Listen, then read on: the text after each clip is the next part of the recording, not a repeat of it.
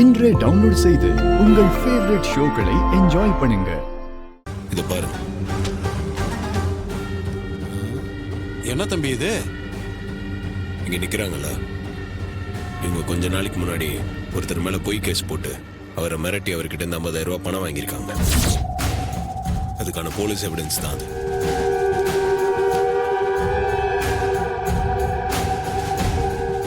படிச்சு பாருங்க. தம்பி சொன்னது சரிதான் போலயே. இதுக்கு நீ என்னமா சொல்ற? இந்த தம்பி சொல்ற மாதிரி இதுல இருக்க விஷயம்லாம் உண்மைதானே? ஆமாங்க ஐயா, நான் முன்னாடி அப்படி பண்ணது உண்மைதான்.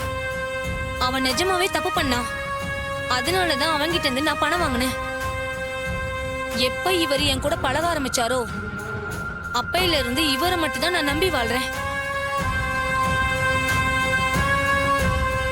அப்போ நீ ஒருத்தனை ஏமாத்தி பணம் வாங்கினது உண்மை அப்படித்தானே? அதெல்லாம் முன்னாடியே நடந்ததுன்னு சொல்லிட்டேனுங்க ஐயா. ஏன் பெரியவரே, அந்த பொண்ணு இன்னொருத்தங்கிட்ட காசு வாங்குனுச்சு, வாங்கல, அதனால இந்த பஞ்சாயத்துக்கு பணம் வந்துச்சு. இங்க எல்லாரும் கூடி இருக்கிறது இந்த ராஜராஜனுக்கும் அந்த பொண்ணுக்கும் தொடர்பு இருக்கா இல்லையான்னு தெரிஞ்சுக்கதான். அதை நிரூபிக்கதான் இந்த தம்பி டைம் வாங்கிட்டு போனாரு. இப்ப இந்த பேப்பரை காட்டி அந்த பொண்ணை பத்தி பேசிக்கிட்டு இருக்கீங்க. பிராது அது கிடையாது. இதெல்லாம் தும்ப விட்டு வாழ பிடிக்கிற கதை. ராஜராஜன் பண்ண தப்ப மறைக்கிறதுக்கு இந்த கார்த்திக் தம்பிக்கு எந்த ஆதாரமும் கிடைக்கல போல. அதான் பழைய விஷயத்தை தோண்டி எடுத்துட்டு வந்திருக்காரு. ஏப்பா, அந்த பொண்ணு அவ்வளவு தூரம் சொன்னதுக்கு அப்புறமும் இந்த கார்த்திக் தம்பி அவரோட மாமா தப்பு பண்ணலங்கிறதுக்கு ஒரு ஆதாரம் கூட கொண்டு வரலையே. இப்ப என்ன தீர்ப்பு சொல்ல போறீங்க? ஊர் பெரிய மனுஷங்க சொல்லுங்க. தம்பி, இதுக்கு நீங்க தான் பதில் சொல்லணும்.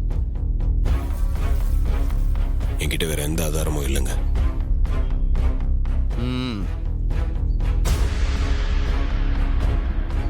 ஒரு நிமிஷம் இருங்க.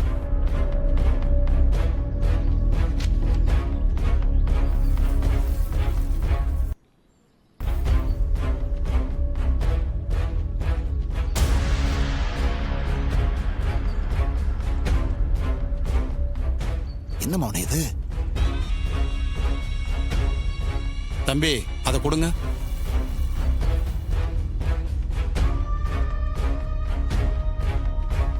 சொல்லுங்க தம்பி, எதுக்கு இதை கொண்டு வந்திருக்கீங்க? இவங்க சொல்றது உண்மைனா இந்த கலசத்தை எடுத்துக்கிட்டு கோயிலை 2 வாட்டி சுத்தி வர சொல்லுங்க. இவங்க எந்த பாதிப்பும் இல்லாம கோயிலை சுத்தி வந்துட்டாங்கன்னா இவங்க சொல்றதை நான் ஏத்துக்கிறேன்.